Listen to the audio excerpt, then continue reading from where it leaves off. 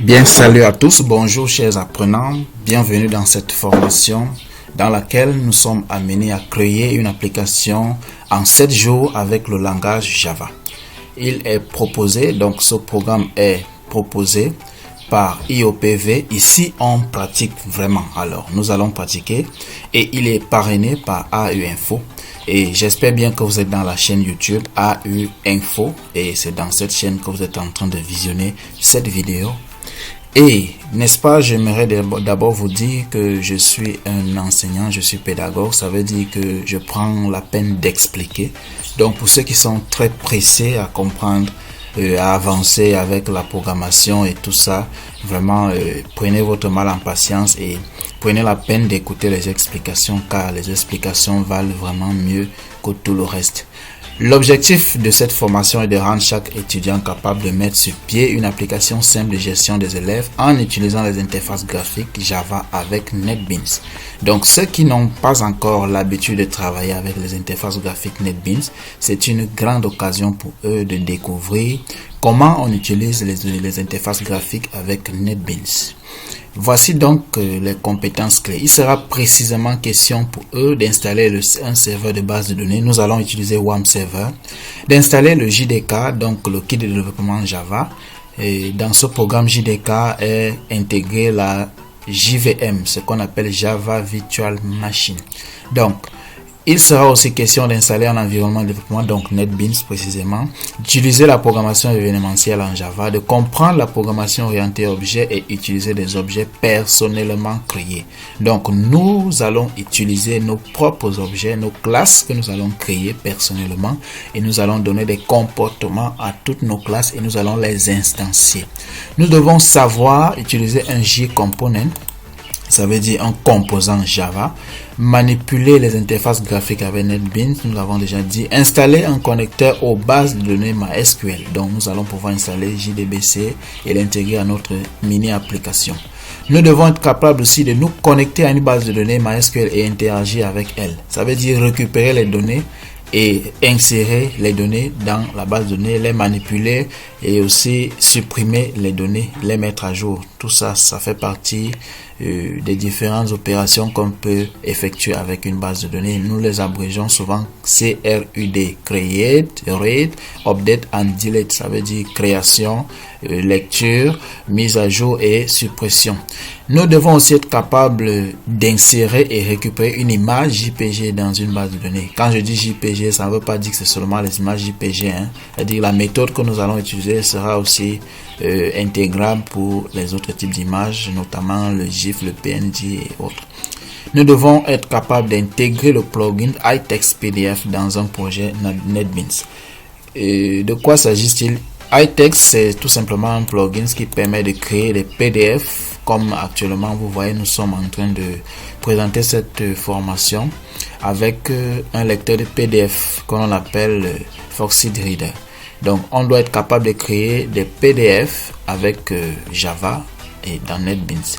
Créer un document PDF en Java avec iTextPDF. Créer un programme exécutable. Créer un installateur pour son programme sur Windows. Voilà donc les éléments qui sont aussi très importants pour certains qui ne sont pas encore habitués et qui ne l'ont jamais fait, qui n'ont jamais eu à créer un programme exécutable. Ça veut dire à partir de Java, créer un .exe, .exe pour certains qui ne comprennent pas. Nous devons être capables de le faire et de créer même un installateur pour notre programme sur Windows. Voici donc les fonctionnalités que nous allons intégrer dans notre application. Quelles sont ces fonctionnalités? Nous devons pouvoir faire deux types de gestion, la gestion des administrateurs et la gestion des élèves. La première gestion, c'est la gestion des administrateurs. Donc, dans cette gestion, nous devons être capables d'ajouter des administrateurs, les modifier et de les supprimer. Dans la gestion des élèves, nous devons être capables d'ajouter, modifier, supprimer et imprimer les élèves. C'est là où ça devient très intéressant.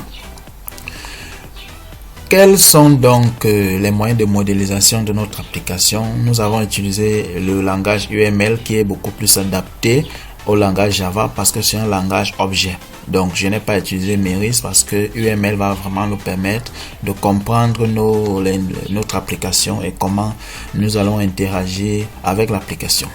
Alors dans UML, nous avons un système, généralement pour ceux qui ne connaissent pas, ou alors pour ceux qui connaissent, ils savent que nous avons un système et nous avons des acteurs. Nos deux acteurs ici, c'est l'administrateur et l'élève.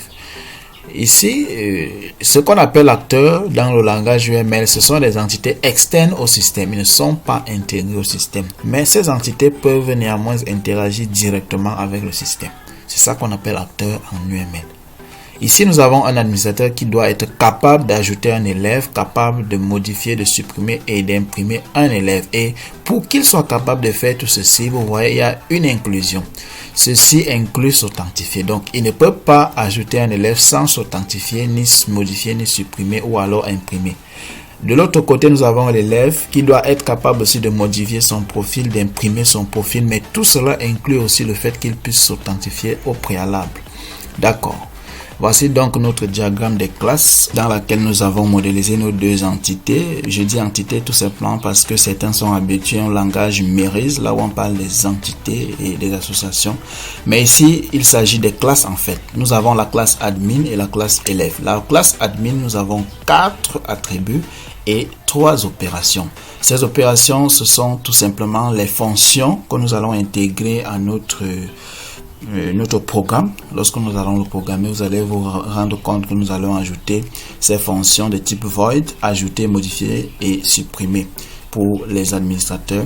Et ici au niveau des élèves, nous avons 8 attributs. Vous allez donc vous rendre compte qu'en fait nous avons ces petites icônes là. Ça représente l'encapsulation. Ici j'ai mis ce cadenas, ça veut dire c'est protégé, mais en réalité quand je mets que ça apparaisse sous forme de cadenas comme ça, c'est pour que vous puissiez comprendre qu'il s'agit en fait de la clé primaire de notre base, de notre table, parce que nous allons transformer ceci en table sur PHP-admin. Il s'agit des clés primaires. Et vous savez déjà ce que c'est qu'une clé primaire. Une clé primaire, c'est tout simplement un attribut qui permet d'identifier un enregistrement dans une table de manière unique. C'est ça la clé primaire. Alors voici donc un peu ce que nous allons faire. La première des choses dans notre formation, ici nous sommes au jour 1. Le jour 1 demande à ce que nous puissions installer les outils de création et créer l'interface de connexion avec NetBeans. Nous devons installer le JDK, le WAMP Server et NetBeans IDE.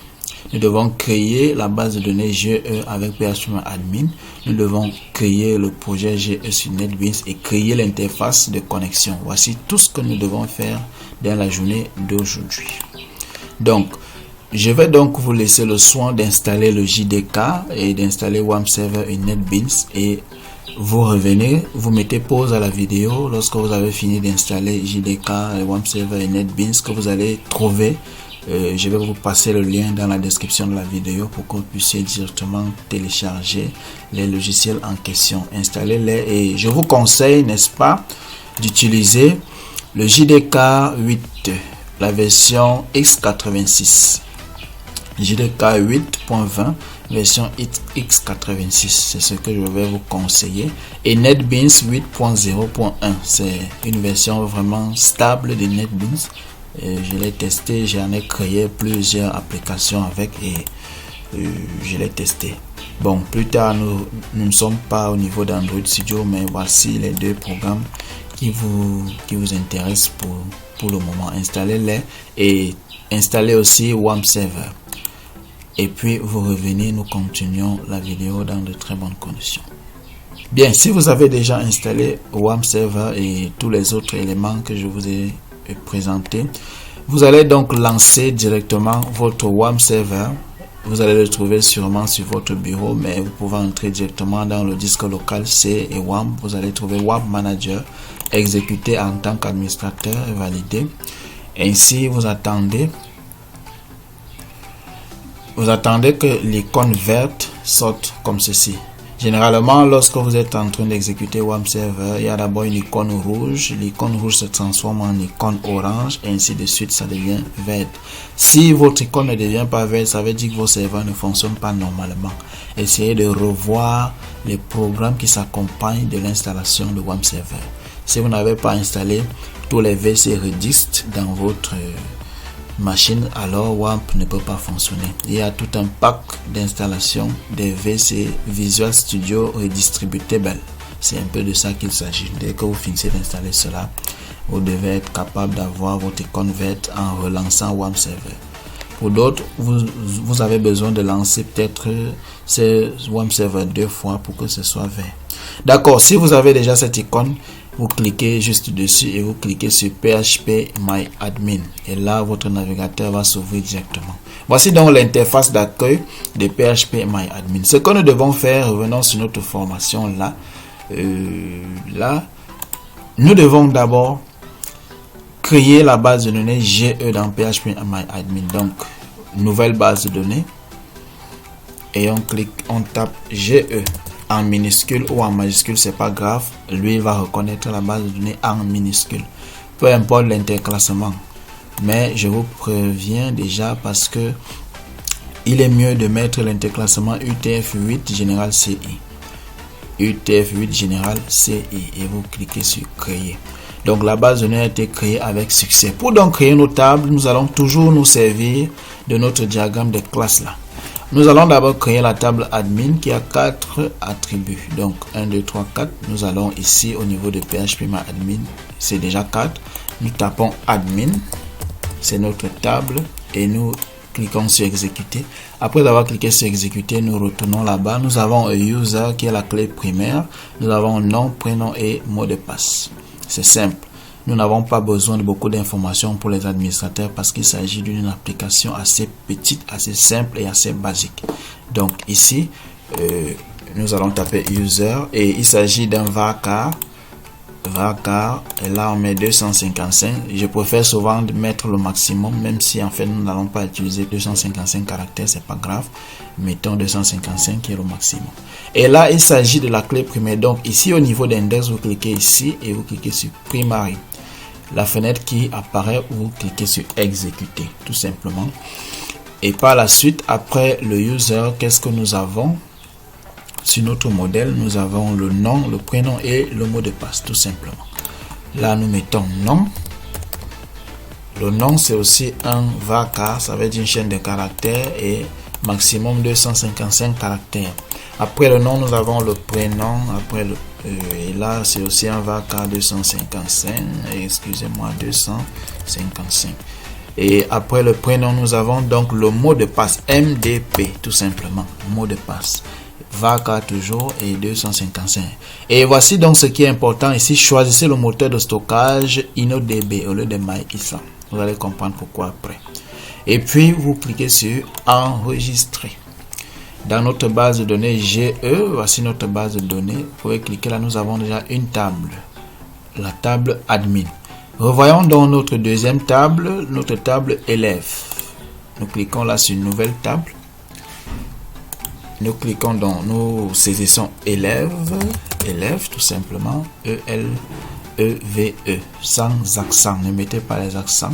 Notre table élève a combien d'attributs? Nous allons compter 1, 2, 3, 4, 5, 6, 7, 8. Alors là, nous avons 8 attributs. Ici, nous avons déjà 4 zones de saisie. Nous ajoutons tout simplement 4. Ajouter 1, 2, 3, 4. Exécuter. Là, nous avons exactement nos 8 champs de saisie. Nous commençons à saisir. Là, nous avons user, nom, prénom. Nous allons aller doucement.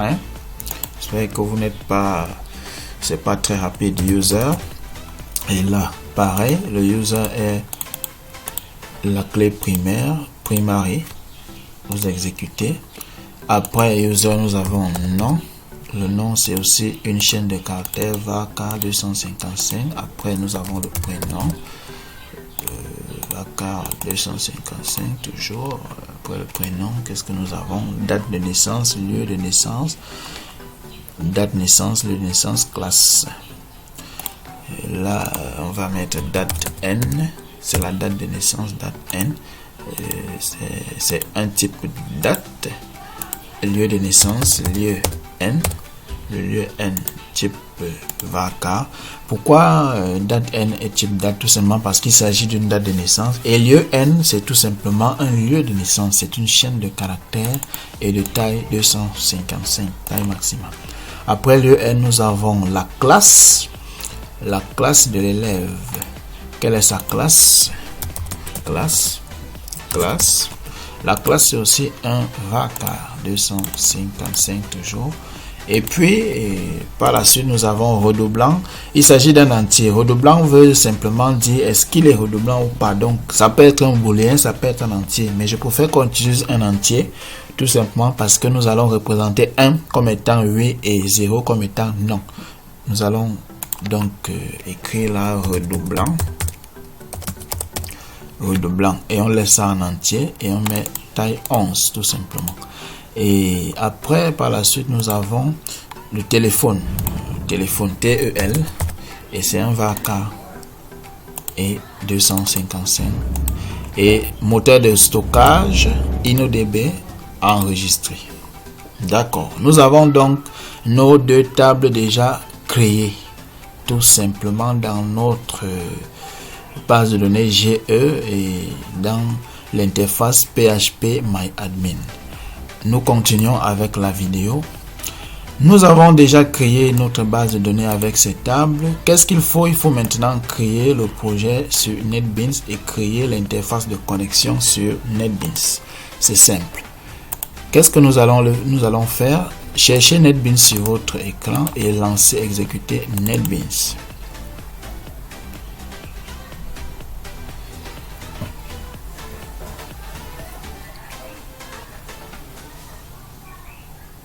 Voilà, vous permettez que NetBeans puisse charger et ne lui mettez pas la pression. D'accord, dès que tout est chargé, allez tout simplement ici sur File, New Project. New Project. Notre projet, c'est un projet Java. On clique sur Java, on clique sur Next. Et puis, par la suite, au lieu de Java Application, nous cliquons tout simplement.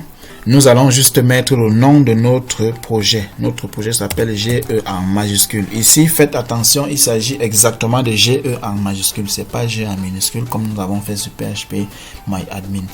Nous cliquons sur Finish tout simplement. Voilà. Notre projet est créé sur NetBeans très simplement. Alors, dès que nous avons déjà notre projet comme ça, il faut donc créer la dernière partie, c'est créer l'interface de connexion sur NetBeans. L'interface de connexion, ça doit être une JFrame. Voilà donc là où les bonnes choses commencent. Là où vous devez commencer à comprendre comment on doit créer les interfaces graphiques sur NetBeans. Comment faire? Nous avons là notre projet. Je vais fermer les autres projets que j'ai l'habitude de travailler pour ne pas vous embrouiller. BSM, test POI et surtout vont se fermer. Nous sommes ici au niveau du projet GE. Alors là, au niveau du projet GE, nous avons déjà le source package et le package GE qui a été créé automatiquement. Comment faire? Nous devons créer notre interface de connexion qui est une JFrame. Ça veut dire une fenêtre.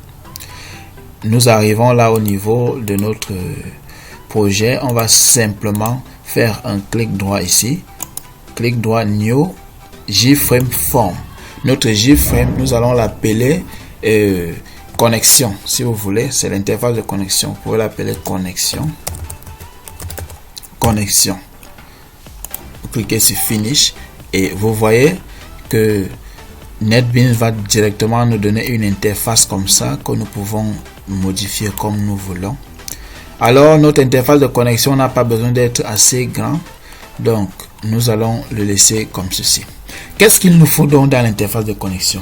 Nous sommes habitués que pour que nous nous connections à une application, il faut un login et un mot de passe. Déjà, lorsque vous voyez ici, nous avons toujours user et mot de passe. User représente le login et mot de passe représente le mot de passe.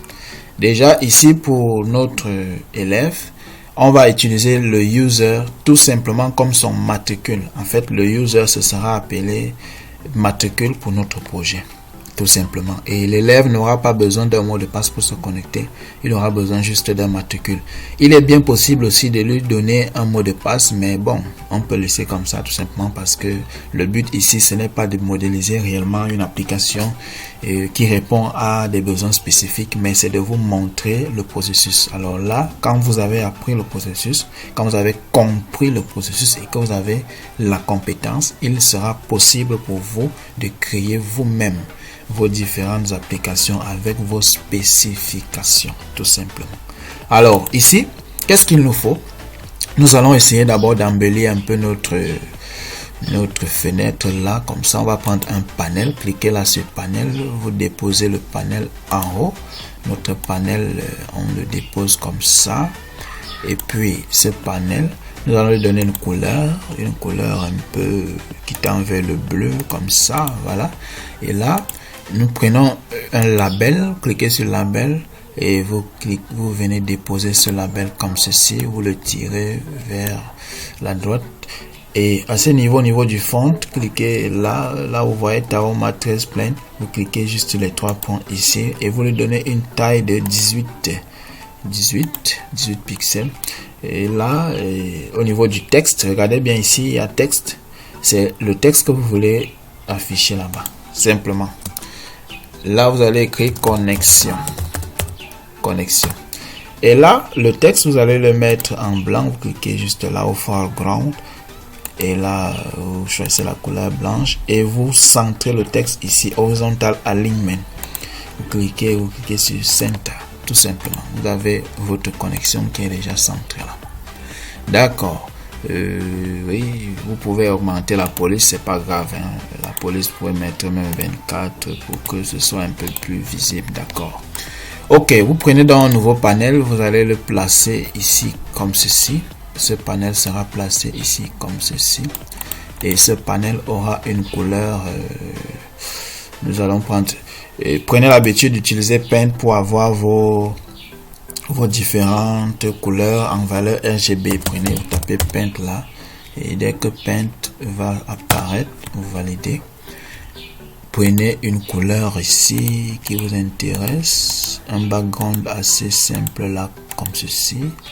On va prendre un background assez simple, d'accord. Ça, c'est un background que j'apprécie. Nous avons 174, 218, 232. Voilà. 174, 218, 232. Comment le faire? Vous cliquez ici et vous revenez ici à ce niveau. Vous transformez la valeur ici, 174, et 218 et 232. D'accord. Vous venez là. Là où il y a 240, vous mettez 218. Et par la suite, c'est 232. Tout simplement, vous validez. Voici donc la couleur que nous voulons pour notre panel.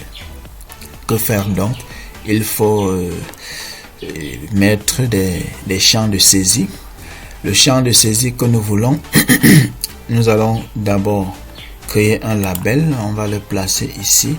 Et sachez déjà que cette interface de connexion est valable pour l'administrateur et l'élève. Ça veut dire que ce soit l'administrateur, que ce soit l'élève, tous les deux doivent être capables de se connecter à partir de cette interface. Donc, vous placez votre label ici. Vous écrivez sur ça. Vous mettez d'abord la taille 18, c'est bon. Et là, vous allez dire login ou matricule. Login ou matricule. Login au matricule. Vous prenez donc un champ de saisie, un text field, un JText field. Vous le placez là comme ceci. Et là, le JText field, vous enlevez son texte et vous lui donnez une valeur de 18 aussi. D'accord, notre JText field. Et déjà notre variable du JText field, nous allons juste écrire sur ça user. Nous allons lui donner un nom appelé user au niveau de variable name. D'accord. Par la suite, nous prenons encore un label. Ce label concerne, n'est-ce pas, le mot de passe. Mot de passe. Mot de passe. D'accord. Mot de passe. Pareil, vous lui donnez une taille. de 18 mots de passe. Vous prenez pareillement un JText Field, vous placez là juste devant. Et ce JText Field, vous changez son texte. Mais attention, il s'agit d'un mot de passe. Donc, il est nécessaire, il est mieux d'utiliser un password file. Un JPassword. Voici le password file que nous allons utiliser. Nous le plaçons juste là comme ça. Voilà. Et nous changeons aussi son texte. Nous mettons rien. Changeons aussi la taille. 18. D'accord. Et là, nous avons le login ou matricule, mot de passe. OK. Maintenant, il faut que la personne qui va vouloir se connecter puisse spécifier de quel type de personne il s'agit. Donc, on peut mettre ici, par exemple, on peut dire vous êtes 2 points. Et pareil, on met couleur noire, oui, c'est déjà bon. 18. Et là, nous devons choisir tout simplement un J combo box. Un combo box, nous allons le placer ici. Et c'est le combo box qui va permettre de déterminer de quel type de personne il s'agit. Là où vous voyez modèle, item 1, 2, 3, 4, vous cliquez là, juste comme ça. Vous effacez ceci. Et on doit dire admin. Vous descendez à la ligne, vous mettez élève. Élève, sans accent. Il est mieux de mettre ça comme ça. Et puis la taille 12, pareil, tout comme les autres. D'accord. Admin ou élève. Donc la personne qui va se connecter soit en tant qu'admin, soit en tant qu'élève. Et là, nous allons donner un bouton de validation ici qui va permettre à ce que la personne puisse valider sa connexion à l'application. J'ai bouton, nous allons dire se connecter. Se connecter tout simplement. Et pareil, 18, se connecter. Et notre bouton aura une couleur un phare grande, ça veut dire la couleur de texte en blanc, et puis la couleur d'arrière-plan aura la même couleur que celle que nous venons de mettre tout haut, simplement. D'accord, ça c'est pour se connecter. Alors si quelqu'un doit pouvoir effacer aussi les éléments qu'il a saisis, comment faire? Nous allons aussi lui mettre un J-bouton ici qui va lui permettre d'effacer. Effacer, d'accord. OK, et par la suite, nous mettons aussi la taille 18 et nous lui donnons l'arrière-plan, un arrière-plan blanc toujours, et la couleur de texte blanche, mais l'arrière-plan, nous allons changer la couleur d'arrière-plan. Nous prenons une couleur assez simple là. Bon, on va prendre la même couleur, c'est pas grave. Prenons presque la même couleur. OK, effacer et se connecter. D'accord. Là, il va falloir réajuster les deux boutons pour que les deux boutons soient à la même taille. D'accord. Se connecter et effacer. OK. À quoi nous servira donc ces deux boutons?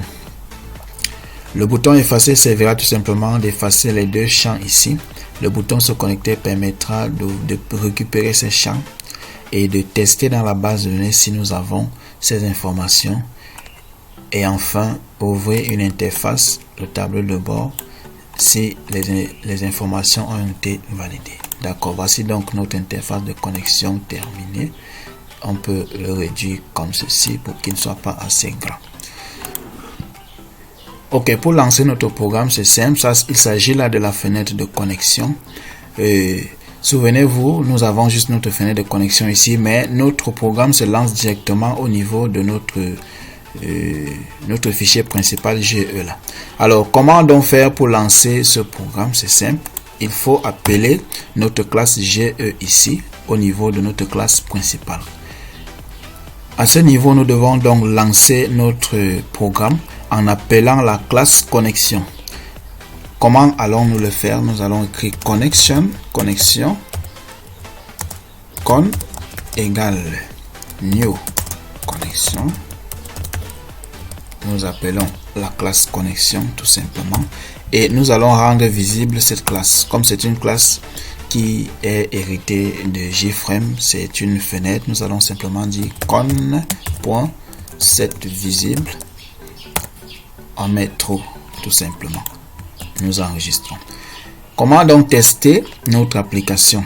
Nous devons simplement cliquer soit sur Run ici, soit nous appuyons sur la touche F6. Cliquez sur Run.